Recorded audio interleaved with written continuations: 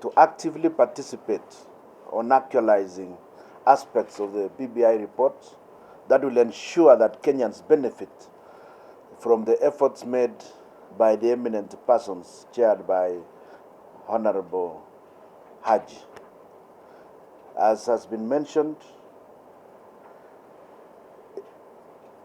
the most important issues affecting Kenyans stem around the 9 points that were identified by the Building Bridges initiative. And indeed, this will ensure that we have a republic that is both peaceful and progressive. In fact, this process marks a rebirth.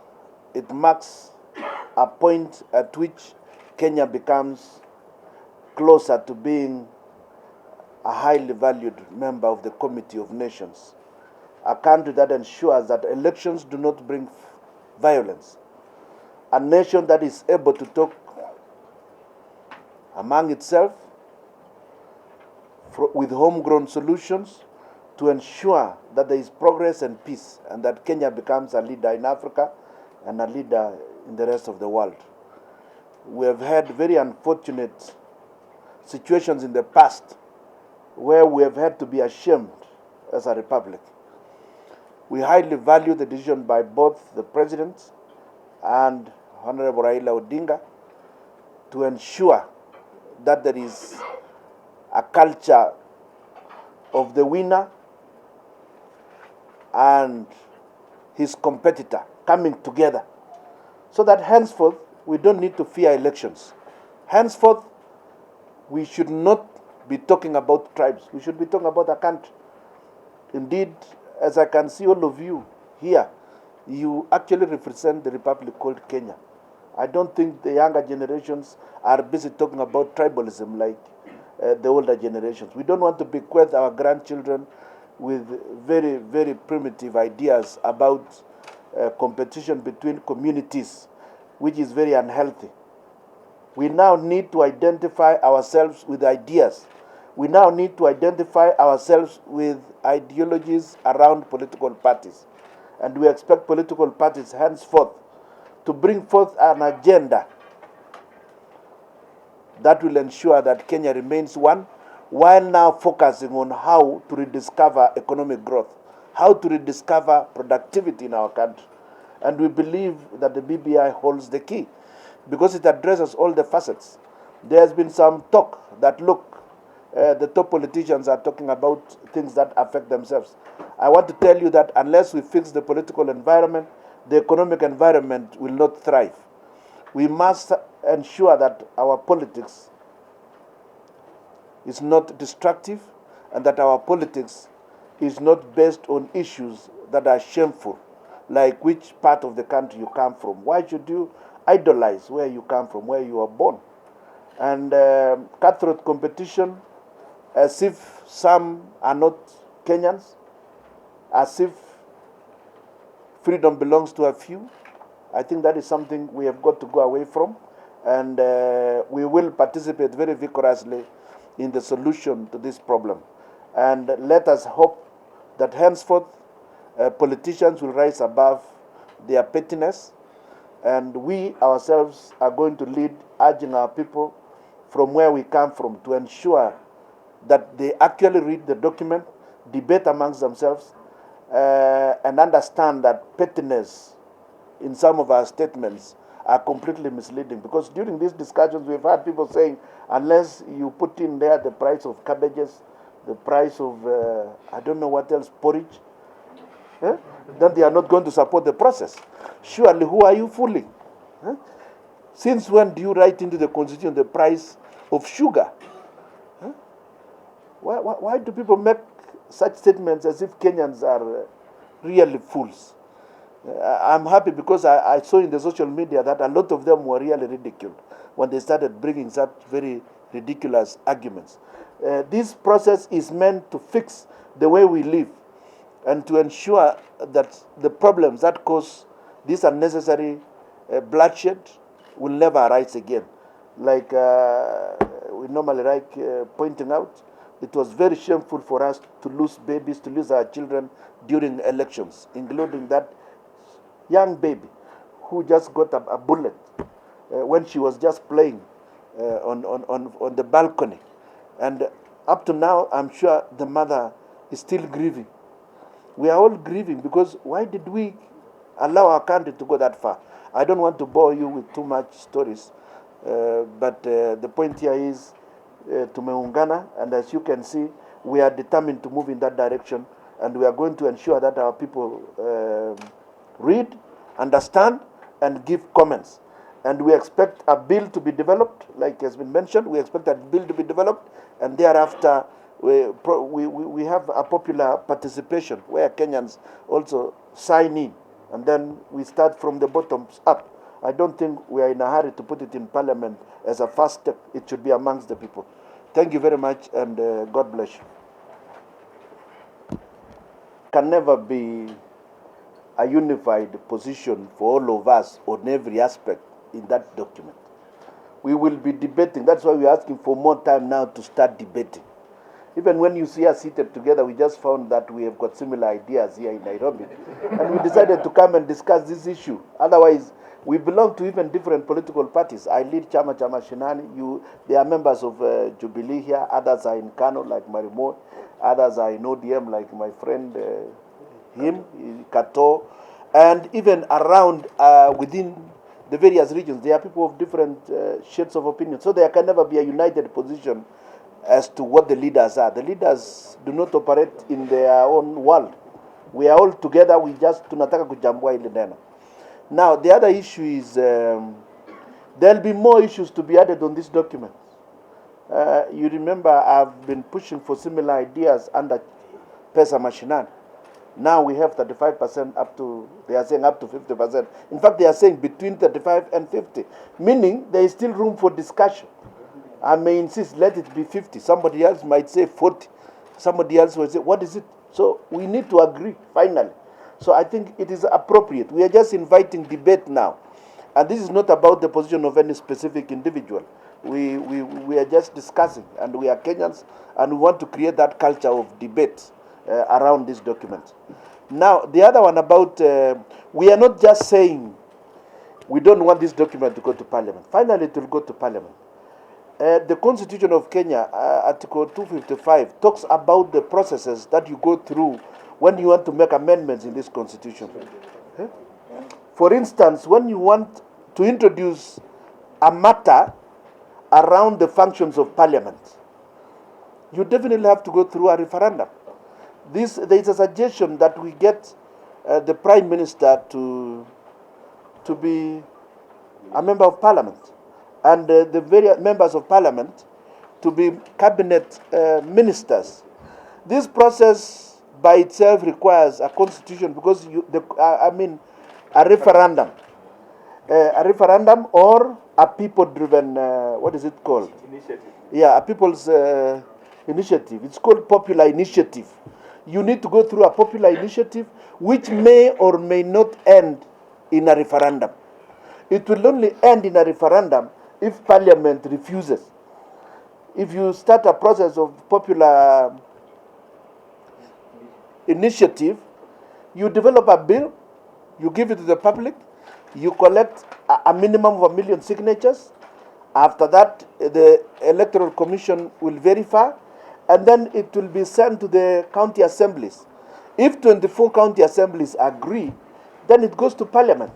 If Parliament passes it by ordinary majority, simple majority, both houses, then the president will only initial and have it gazetted now as having passed. If Parliament refuses, it goes to the public for a referendum. They will have to vote. So when you are touching on the functions of Parliament, if you were to touch on devolution, if you were to touch on the Bills of Rights, if you were to remove one of the constitutional commissioners or even amend it, like there is a suggestion that you separate ethics from anti-corruption. And I think that is a good idea. And I must say, I also suggested the same thing in the memorandum we gave out as Chama Shinani. We suggested that that has to be separated. And we are happy that some of them were actually carried. A lot of the recommendations we gave were actually carried forth. So I don't think even the views inside there are necessarily the views of the commissioners. Were they called commissioners? I think they were. Or they were just a task force. A task force. They didn't have to have any opinion. Theirs was simply to collect our views and collect them and put them in a document. This document is not a bill. In fact, it is a loose suggestion of ideas on the general way forward. But they are giving Kenyans an opportunity to debate and finalize the bill, and then we proceed. That is why there's a suggestion to get a committee of experts. I think that is the route that will have to be taken. So I would like us to not to bother about what is written, who wrote what, who gave what suggestions. Let's proceed. It's not yet a bill. Yeah? We are yet to finalize. Asanteni sana na Mungu awabariki. Okay, members of the press, that makes the end of our press briefing. Thank you so much.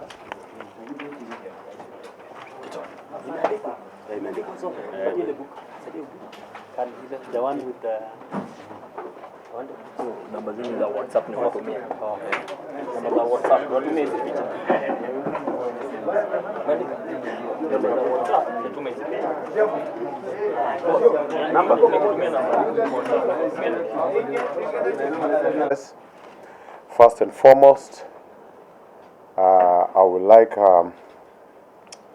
to concur with the speakers who are here before me. And before I continue, there's something I would like to put on record very clearly. The group seated here is from Rift Valley. And Rift Valley consists of Kalenjin, Maasai, and Turkana. And we are here. Maybe Turkanas are not here because you know what's happening down in Pokot. We have a lot of floods in Turkana. But Kamatusa ndio Rift Valley. Kwa hiyo sio muone tireni na rafiki yangu pale mseme Rift Valley imesema ni sisi wote, and that's why we are here. But there's another group from Rift Valley also, which is led by one person who is the speaker, is the chairman and everything, but I don't want to dwell much into that. Number two, BBI. BBI, I think Junet put it very clearly the other day, that it's not Jubilee, it's not ODM, it's not Mashinani. BBI is for Kenyans, for the good of all of us. And of course, I personally, or we as a Maasai, have traversed and have been in leadership for quite some time. I think this is a document to take Kenya in the right direction. And what we are telling Kenyans, but more so, I'll tell the Maasais, let us read it, digest, and give opinions. Let's not jump into crazy opinions even before you read a document. You say, I don't want this, I don't want that. There was a team which was anti-BBI. They didn't know what was contained therein. So what were they telling Kenyans? The document is out, and to me, I think 80%, or 90% for that matter, is good. To my friend William Ruto, you convinced us, and you are fully convinced with the reasons that the constitution we have now, we are on record saying it is not good. What has happened? Because an opportunity has come for us to amend what we said was wrong. I'll let you tell my friend to style up. The writing is on the wall. BBI, with or without you, is going. Meli imeng'oa nanga, my friends. Na naambia rafiki yangu arukie kwa meli asiwache. Lakini ni maoni ni yake. As we have agreed here, when a chairman of the caucus, we will traverse this Rift Valley from Rombo to Lodwar. Lodwar ninakuwa mwisho ama ni wapi kwa mwisho? That horn of Turkana. Lokichogyo. And what we will be doing is to tell our friends what is good in this thing and also hear their opinions. We are not the only ones here who have the capacity to think about this document, but I believe we have the goodwill for our people. Also, it's good for for Kenyans to know that we still have a chance. There is room for discussion. What was brought here was just a draft proposal. I think we have time and there's room for us to bring more opinions to the table. When we have a committee, maybe of experts or whoever, where we need some engagement with some experts who will be, giving our opinions too. And of course, when they come up with a final document, the best direction is a referendum. So mambo ya kwenda kunajisiwa bunge kama ile bili ya kutun hatutaki. Na kuna marafiki wengi wanapenda chumvi pale bunge. Wakiwekewa chumvi, unajua zingine ukipata nyama bila chumvi si tamu sana, lakini ukipata chumvi kidogo nyama inakuwa tamu zaidi. Na ndiposa tukwepe ile warafiki zetu wanapenda chumvi pale bunge, wache yamuliwe na mwananchi. Jana tukifungua Chungwa House, Oparanya alisema angependa fursa yake kama Oparanya, si kama governor wa Kakamega, apewe nafasi aseme yes or no kama Oparanya, sio kama governor wa Kakamega. Na yeye aamini mbunge yake, anasema mimi mbunge wangu hata yeye nataka aende binafsi, individually, mtu kwa mtu binafsi aende kutoa maoni yake. Kwa hayo mengi, I say thank you very much na tuko mbele. On the ongoing debate following the release of the Building Bridges Initiative, BBI, by His Excellency the President and the Right Honorable Raila Amolo Odinga. As leaders of Rift Valley, we want to declare from the onset of our unwavering support to the BBI report and thank the two leaders for the March 9, 2018 handshake that brought peace to our country following months of uncertainty following the divisive 2017 general election. We all know that the famous handshake culminated to the Building Bridges Initiative and formation of task force, and that part of the PPI report that was launched at the Bomas on Wednesday. We want to send our appreciation to the BPI task force that was co-chaired by the Senator Yusuf Haji and Amos Wako for the job well done. We throw our weight as a region fully behind the BPI report as it forms a basis and framework for Kenyans of all walks of life to engage and collectively be part of fixing the ills that afflict our country, be it the social, economic, and political spheres. Going forward, and as leaders from Rift Valley region, we appeal for sobriety and mature discussions that is devoid of emotions and hard feelings as we enter the next phase of the BPI. We want the process of engagement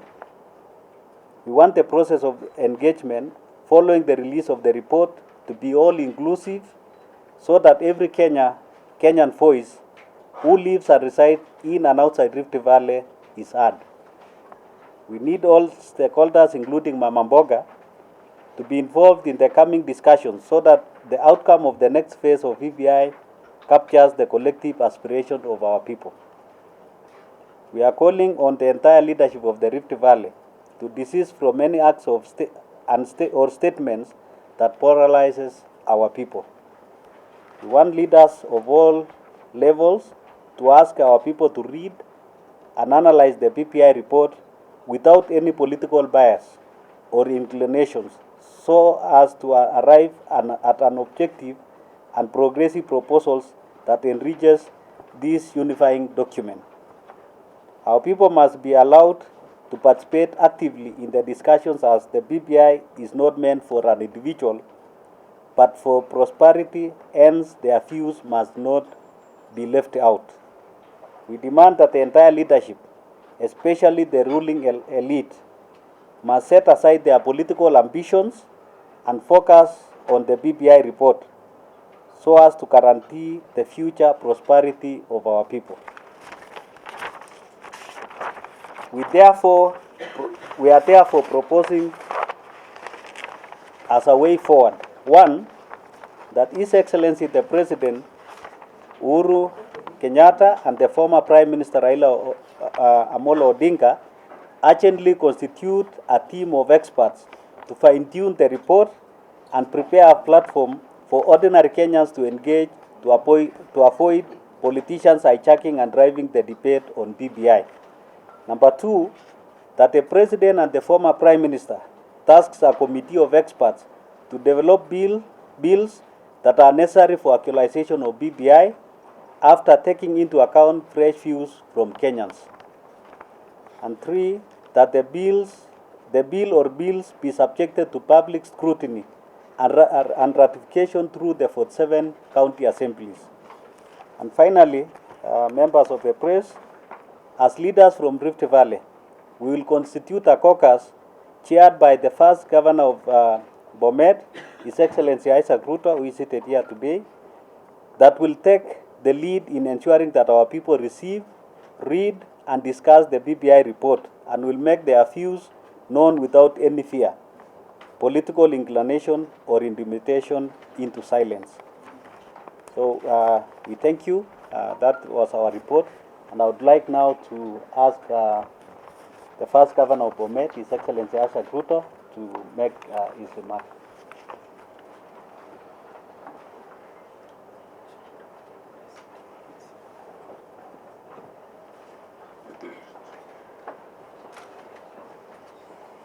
Thank you very much, Governor Tolgos. Ladies and gentlemen, to congratulate His Excellency the President and the Prime Minister Raila Amolo Odinga, who is my party leader, for bringing Kenyans together. We as young people, we are actually the people being used by politicians to kill, to distract the peace of this country. And I would like to tell them today, and I would like to advise them to read this beautiful document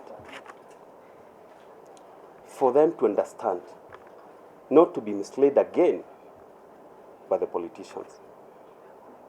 And I would like to say, BBI is for 47 million Kenyans, not 349 people wanakaa kwa boardroom, alafu wanaenda kudecide mambo yao. We've seen wakihongwa kwa choo, na pewa 10,000 kwa choo. That's not the country we want. I'm a Maasai, but I don't want to be a Maasai tomorrow. I want to be called a Kenyan.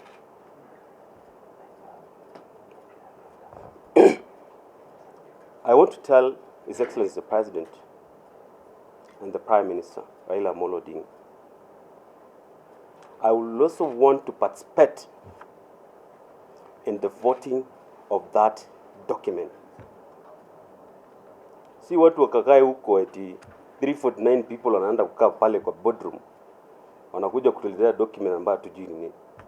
I've seen Moses Kuria on the social media complaining about milk, about kahawa. Hiyo document haina hizo vitu. But the moment there is peace in this country, there is stability. And that's the only thing that can actually improve the economy of this country. So I would like to advise all Kenyans to read the document very well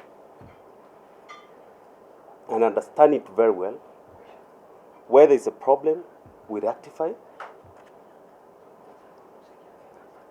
with a lot of sobriety. Because what we want is we want a new Kenya.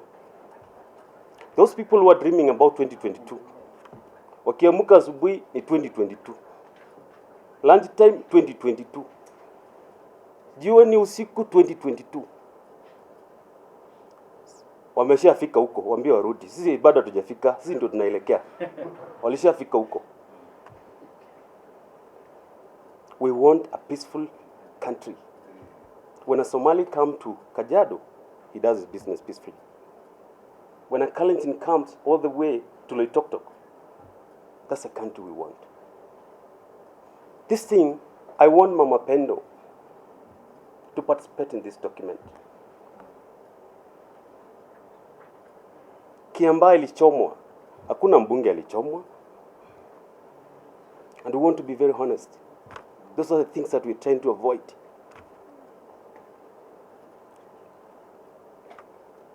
These members of parliament who want this document to go to parliament, ni wakora. Kwa sababu hakuna mtoto wake alichomwa kwa hiyo kanisa Kiambaa. Those are the things that we're trying to avoid. And I like to advise the young people not to be misled. This is a new process we're starting today. This is a new Kenya. I voted in 2007. 2008, I realized 1,400 Kenyans were killed because of this chaotic things called election. We don't want to go back there. We don't want to see another politician taken to ICC. We want to live in harmony. I want to go and do business in Kiambu and Nyeri. Hata nioe huko bila wasiwasi. Thank you so much. Kama viongozi wa bonde la Ufa, jinsi mimi nimesikiza kila kiongozi kutoka bonde la Ufa, kutoka ukumbi wa Bomas, wale viongozi waliopewa nafasi kuzungumzia swala hili wote walisema wanaiunga mkono, na sisi tuko hapa pia kusema kwamba tunaliunga mkono. Kwa hivyo sidhani kama kuna migawanyiko aswa sana katika swala hili la BBI. Sisi wote ni kitu kimoja, tunalizungumzia, lakini wajua kuna tofauti kwa fikra. Sisi kwa kauli moja hatuwezi kuzungumza kwa niaba ya watu wengine ama viongozi wengine. Sisi tunazungumza kwa niaba yetu sisi ambao tuko hapa, na kauli yetu moja tunaliunga. Dadangu umeulizia kama tungelipenda liende kwenye bunge ama nafikiri kauli hapa umesikia kutoka kwa kila mtu ambaye amezungumza hapa, ni kwamba swala hili, mchakato huu, swala hili liende kwenye wananchi wenyewe, wananchi wakaamue. Kama kutakuweko na kura ya maoni, nafikiri ni bora zaidi. Watu wamezungumzia hapa upungufu wa bunge. And my brother here, you've asked about, of course it is true, the report did not come from the BBI committee, it came from the public. They went and collected views. They were saying there was editing. Which we are not party to that. As what we know is that the report came from the public. It did not come from them. Yeah. So they went round all the 47 counties. They were facilitated by the government to collect the views. So we don't expect them to table the report, their report. They are tabling a public document. Thank you. Yeah. Kutoka kule Rift Valley. Na labda ni kurudisha hapo nyuma kidogo, unajua kuna baadhi ya viongozi ambaye walianza kuchambua masuala ya BBI kabla uzinduzi rasmi haijafanyika. Na wale watu ikakuwa tayari wamekata kauli fulani na wamekita pale. Kwa hivyo haitakuwa ni maajabu ya kwamba baada ya uzinduzi kufanywa na ikakuwa labda wameona aibu kidogo, kwa sababu mambo mengi ambayo walikuwa wamesema na wakaambia Wakenya hayakuwepo. Kwa hivyo lazima tuwape muda kidogo watafakari, alafu watafute mbinu ya kurudi kuungana na wale Wakenya wengine ili tuende hii safari sisi wote pamoja. Lakini pia sitakosa kusema katika swala kama hili kuwa na watu kuwa na opinion tofauti ama kuwa na wazo mbadala ni kitu ambacho tungetaka kuliona ili tusikie wanasema nini. Sio sisi wote lazima tufikirie kwa kauli moja, lakini mwishowe najua Wakenya ndio watakaoshinda, kwa sababu tunataka mwishowe tuende kwa Mkenya wa kawaida ili mwenyewe haweze kusema ni pendekezo gani ambaye angependelea yeye mwenyewe. Na hiyo ni kitu ambayo ingekuwa muhimu tusisitize, ya kwamba mwishowe tunataka Mkenya wa kawaida aweze kukata kauli kwa sababu atakuwa amesikia kutoka mrengo huu na mrengo ule, kwa sababu watu watakuwa na ashiria tofauti kwa masuala haya ya BBI. Asante sana.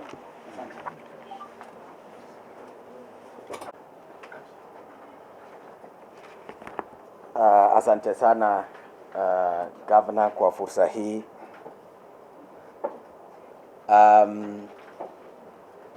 Siku ya leo ni siku njema kwa sisi. Nafikiri kwa muda mrefu sana amje tuona kama viongozi kutoka bonde, baadhi ya viongozi kutoka bonde la Ufa tukipata fursa nzuri kama ya leo kuja pamoja kuzungumzia masuala nyeti na muhimu ambayo yanaguza kila mtu katika taifa la Kenya. Lakini tunashukuru BBI kwa sababu imeleta fursa nzuri ya sisi kukutana na kutangamana kama viongozi tuzungumze. Ya kwanza, jobo kazi ambalo lilisinduliwa na Uhuru Kenyatta na mwenzake mstaafu Waziri Mkuu Raila Odinga, tunawapatia pongezi. Hatua hii imeleta nafasi nzuri kwa Wakenya kuja pamoja na kuzungumza. Jobo kazi hii ilizungumza na Wakenya. Wakenya wakatoa maoni, na kilele ya jobo kazi ilikuwa juzi kule ukumbi wa Bomas wakati ripoti ilipotolewa. Sisi wote kama viongozi kuna wale waliokuwa wanapigia debe kabla ya kuisoma na kuna wale waliokuwa wanaipinga kabla ya kuisoma. Lakini nashukuru baada ya ripoti hii kutolewa wazi, wale waliokuwa wanasema kwamba kiongozi fulani asipotubu na kuomba msamaha kwa matukio ya Kibra hatuwezi kuliunga. Nashukuru walikuwa wa kwanza kulisema ripoti ni nzuri. Kwa sisi wale tuliokuwa tunasema tuipatie nafasi mtoto azaliwe ndio tumlee, ni vivijo na nderemo kwetu sisi. Kuzaa mwana si kasi. Kasi sasa ni kumlea. Kibarua kikubwa sasa ni kwa sisi viongozi kuja pamoja kuzungumzia ripoti hii. Lakini sisi kama viongozi tukenda kuzungumzia ripoti hii, yale ambayo yamo ndani ya ripoti hii sio ya viongozi, ni ya wakina yae, ni ya wananchi. Na ndio tumekutana hapa kama viongozi kutoka bonde la Ufa. Na mnajua tukizungumza bonde la Ufa watu wengi sana wanashangaa kwa nini. Tumekuja hapa kuzungumzia kusema kwamba tunalienda kutengeneza jobo maalum ambalo litaongozwa na aliyekuwa gavana wa kwanza Bomet, Ruto, kwa tajriba yake na ujuzi wake na uzoefu wake na uongozi wake bora. Tumemtwiga jukumu ya kuwa kiongozi wetu katika huu mchakato wa kuzungumzia ripoti hii ya BBI. Sisi wote tumekubaliana kama viongozi kutoka bonde la Ufa kwamba tutarudi mashinani. Kama itabidi tuelemishe wananchi sisi ambao tunawaongoza, sisi tutachukua hiyo nafasi. Na tukasema tunataka wananchi wetu wapewe nafasi, na sio wetu peke yake, Kenya mzima wapewe nafasi, wasisurutishwe na mtu yeyote. Wapewe nafasi nzuri, walisome na watoe kauli yao. Kauli yetu pia nyingine kama viongozi, tumesema ripoti hii Ndio, japokuwa kuna vipengee vingine labda havihitaji ama labda haihitaji kura ya maoni, lakini lazima mwananchi atoe maoni. Hiyo ni muhimu. Bunge imekwepo, na mimi nitazungumza wazi kwamba wengi wenu mnajua, wakati mmoja nilitoa taarifa kwamba nina mswada nimeleta bunge, na nashukuru mswada ambao nilioleta bunge ingelitengeneza sheria nusu ya ripoti hii, lakini naweza kusema kwamba ilinajisiwa ndani ya bunge.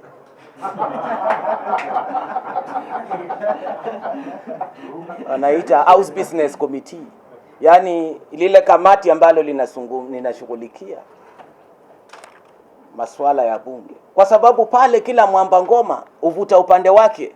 Wale viranja wengi ndani ya bunge hawana nafasi ya kuangazia masuala muhimu ya taifa hii, wako pale kuangazia mapendekezo na nia ya vibaraka vyao. Kwa hivyo wale watu ambao wanaitwa vibaraka, viranja wa bunge ama viongozi ndani ya bunge, wakipewa nakala nzuri kama hii watailiharibu. Na ndio tukasema kwamba ipelekwe kwa wananchi. Wananchi watazungumzia, kuna masuala ambayo yanazungumzia ugatuzi, wacha mwananchi azungumzie. Wacha mabunge ya majimbo yazungumzie. Mwisho ripoti tuletewe bunge,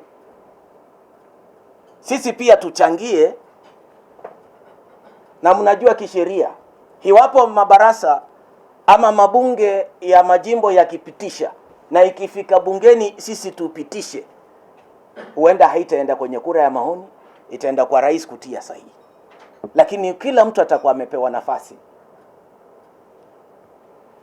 Jambo ambalo pia ni muhimu, bunge imelikuwepo, lacha niseme, watu walikuwa na nafasi ya kuzungumzia bei ya chai, bei ya kahawa, bei ya maziwa, lakini ikakueje leo tunazungumzia BBI ambayo inajenga madaraja kuleta Wakenya pamoja. Leo wewe mjumbe unakumbuka kwamba bei ya chai ilianguka, bei ya kahawa ni duni, na umekuweko bungeni sasa ni miaka miwili. Mbahasi akikosa kuzaa usingizia jua. Yeyote ambaye analeta masharti, tunataka kusema wazi, wao hawataki kukiunga hiki ripoti, na hiyo ni nia ama ni mbinu ya kujaribu kukipinga ripoti. Yeyote ambaye aliyekuja kwa mkutano Bomas na kuonyesha hasira, hakuwa na nia ya kukiunga ripoti, alitaka kuharibu ripoti.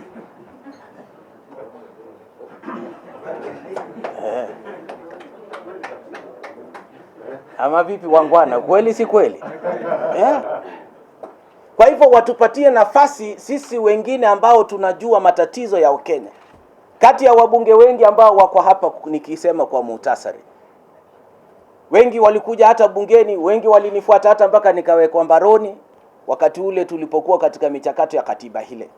Tukasema katiba ambayo tuko nayo ndio 80% ni nzuri. Mimi na Isaac Zakayo Cheriot, Ole Kores, tukazunguka Kenya hii mpaka nikatoa wimbo katiba mbaya, katiba mbaya. Nikazungumza, nikatiwa mbaroni, katiba ikapita. Tukasema basi tupitishe, tutarekebisha. Nafasi nzuri imepatikana kwa sisi tuliopinga katiba hii, turekebishe kwa sasa. Tuna fursa nzuri.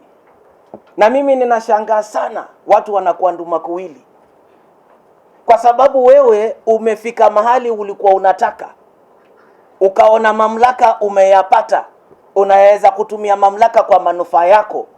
Hauwezi kufikiria yule ambaye ananyanyaswa na katiba hii. Katiba hii tuliyoko nayo kwa sasa inaweza tenga nchi, inaweza kutenga wananchi, inaweza gawa nchi kwa makabila. Tutengeneze katiba, ama tusungumzie mchakato, tusungumzie ripoti ambayo imetupatia nafasi ya kujenga taifa ambalo kila mtu anaweza kufurahia. Nikimalizia nataka kuzungumzia tena ndani ya bunge. Nani leo yuko na uwezo ya kumkosoa rais? Hakuna. Na nitawataja kwa majina. Huwezi kumleta Mbadi ukamwambia mkosoe rais Uhuru Kenyatta. Ngumu. Ni kama kumtoa samaki na kumweleza ruka juu ya mti. Atasema nimeshindwa. Ni ngumu. Tunataka yule ambaye ameshinda urais apatane na yule ambaye amekuja wa pili na yeye na hakuwa ndani ya bunge kama kiongozi wa upinzani, kwa sababu yeye atakuwa serikali badala. Wakikosoana, akikosoa serikali yokosoa serikali kwa kiwango hicho kimo chake. Kini kwa sasa umwambie punda yuakimbia na farasi, itafika vipi jameni? Na ndio unaona kwa sasa hatuna demokrasia iliyokolea katika taifa la Kenya. Mataasisi yetu kwa sasa yanashikiliwa na kauli yao inaamuliwa na serikali kuu, kwa sababu hakuna mtu anatetea.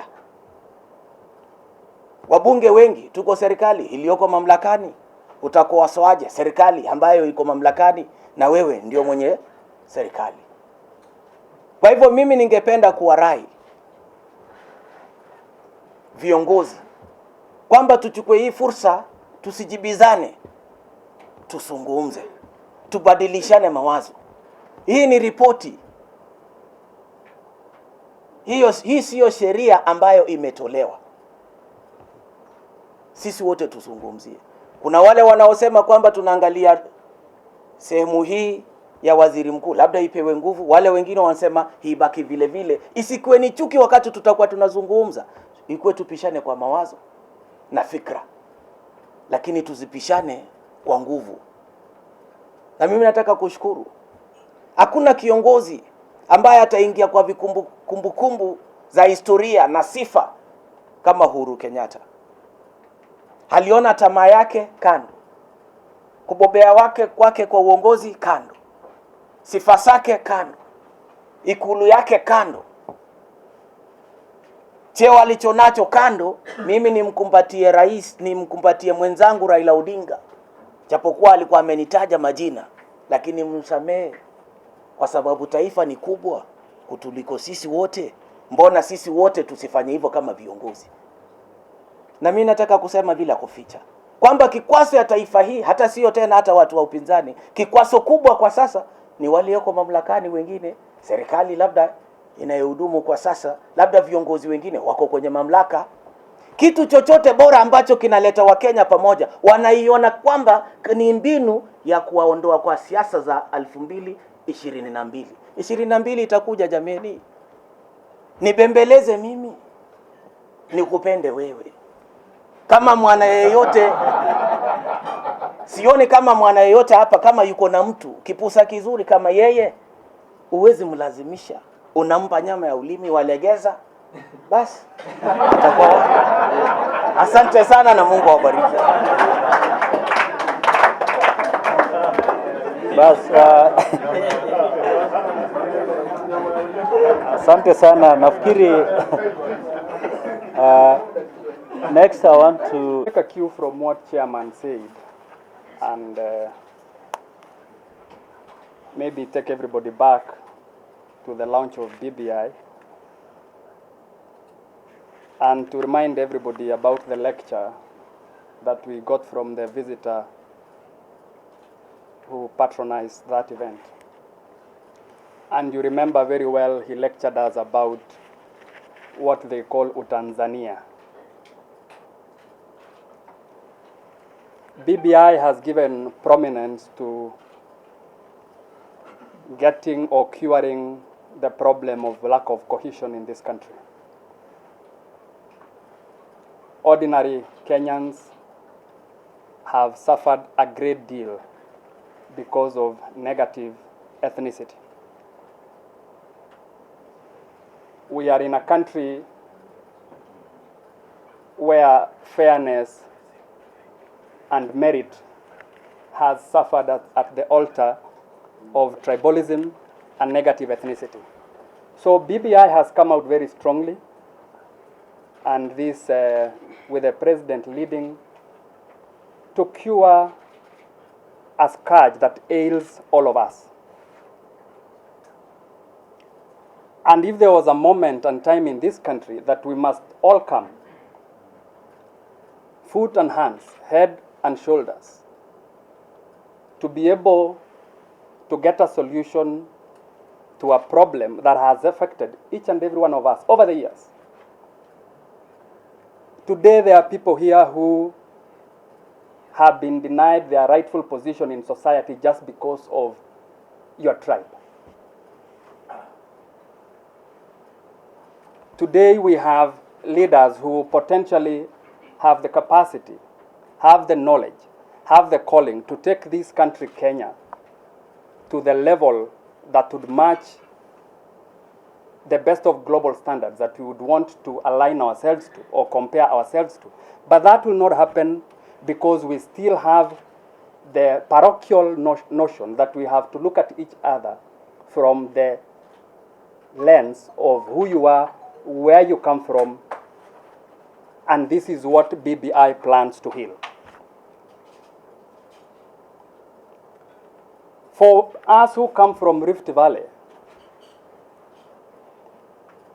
we don't need to be reminded about the effects and the impact of negative ethnicity, because we have suffered the brunt of it since 1992. 1992 is when I just cleared high school, and I remember very well that at the pitch of night there was a cry in my village. By then I hardly knew what politics was all about, but having been a politician now and having an understanding of the impact that lack of cohesion in this country brings forth, makes me stand here today and with the fellow leaders who are here, that we are going to walk this journey of BBI to make sure that we bring this country to be one country, one nation, that is going to create an environment that will be in the interest and to the advantage of everybody and to the detriment of none. And for that reason, I want to urge all leaders. The economy that you are talking about, there are now people who are not talking about the economy since this Jubilee came to power. And I want to put on record that this Jubilee government is a very bad government. It has squeezed Kenyans very hard. But we are not even talking about that now. That is not our main interest. We want to be able to provide a framework in terms of policy, in terms of law for this country that will give hope for the future. So anybody who is trying to introduce matters of personal interest and matters of elections that may be coming in the foreseeable future must be condemned in the strongest terms possible. And me and fellow leaders here, we've done a caucus, and we will stand tall, because this is history for Kenya and generations to come. So as I stand here today, I want the media to get this clear, that we are going to sacrifice our personal interests. We are going to broaden the scope at which we are looking at the future of Kenya.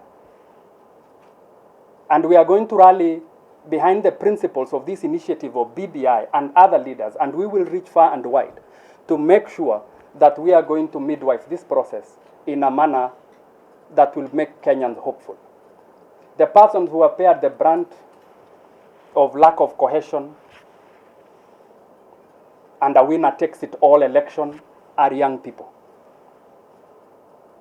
I feel pained that there are young people who will exit the stage of life without never having to see prosperity in their lives. What sadness is it to a parent, to a child, to a young person, to imagine that the children we will have tomorrow will be born of poverty, of negative ethnicity, of bad leadership and exit the world with the same scourge. So I want to urge all of us and the media that you take time to focus on giving us the positive energy that we need to be able to take this process to another level. I appreciate that you are professionals and you need to report fairly. But you know, the measure of fairness can be argued. But I just want you to also capture this moment as a Kenyan who wants to play a role in ensuring that we further advance the interest of cohesion in this country. Play your role in a manner that will not jeopardize your professionalism, but to give us that pedestal footing to be able to ensure that we deliver this process to the next level. Without further ado, asante sana and thank you very much. Center constituency called Moiben constituency, and I also want to support in what my colleagues and the team have said, and from Rift Valley, that is the direction we are taking. I am one of the people also who have sat down and looked at this thing critically, and I think it's high time we really listen to what the people are saying. And I want to just mention a few things. And this BBI, and I want to take this opportunity to thank the President and the Right Honorable Raila for what they did to unite the country from the handshake to now BBI. But you all know very clearly that we want to hear the voice of the people. The people should be heard. And we want to look at so many things that are touching specific to the people and what they want. And I'm happy because we have a lot of people now looking at it from that direction. And we know where we've come from. History has really told us, we've seen what has happened in Kenya, what has happened to so many people. So I think it's high time we get a document, we get something that is all inclusive, what everybody feels and what they want. There are very many good things in the document, but I still believe that we need to go back to the people so that they may add a few of the things that were left out. The issue of parliament, because I know a lot of people are saying we should bring it to parliament, but we also have a history of parliament. And I remember yesterday, was it the day before yesterday, the leader of majority said clearly that we don't trust us politicians, don't trust us because we say this today and we do a different thing. Unfortunately, he's the leader of majority. So he's the person who does everything in parliament. So if he talks like that and we expect these things to come to parliament, you can imagine what is going to happen. We have a history of what has been happening in parliament. There are so many things that have been happening in parliament. And yet, we are still challenged again, why isn't this happening? Why isn't that being done like so? Look at the budget. You look at the budget, it is skewed. You ask yourself, and my colleague Coutinho said it clearly, there are so many things that need to be addressed. Why isn't it being addressed in parliament? You are seeing Kenyans crying. Look at the economy. Issues of budget are skewed towards one direction. So we want to say that the right place is to go back to the people where all these things are going to be done, and whatever will come out will be able to help each and every Kenyan. We want it all inclusive. We don't want a few people to sit down, and especially people who are selfish and who are thinking about themselves. We need to think about Kenya. We need to think about our children. We need to think about the youth. How are they going to change their lives? This is a country that you see very few people benefit and majority of them suffer. And they clap for the ones who are doing very well and the others are suffering. We need to be and think of a Kenya that is all inclusive. That everybody, today you start a business, a young person who has left school has no employment.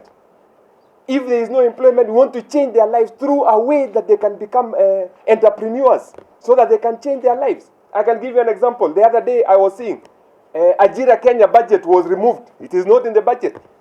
That is something that is touching on the youth. So we have to look at so many things, and that is the parliament that we trust.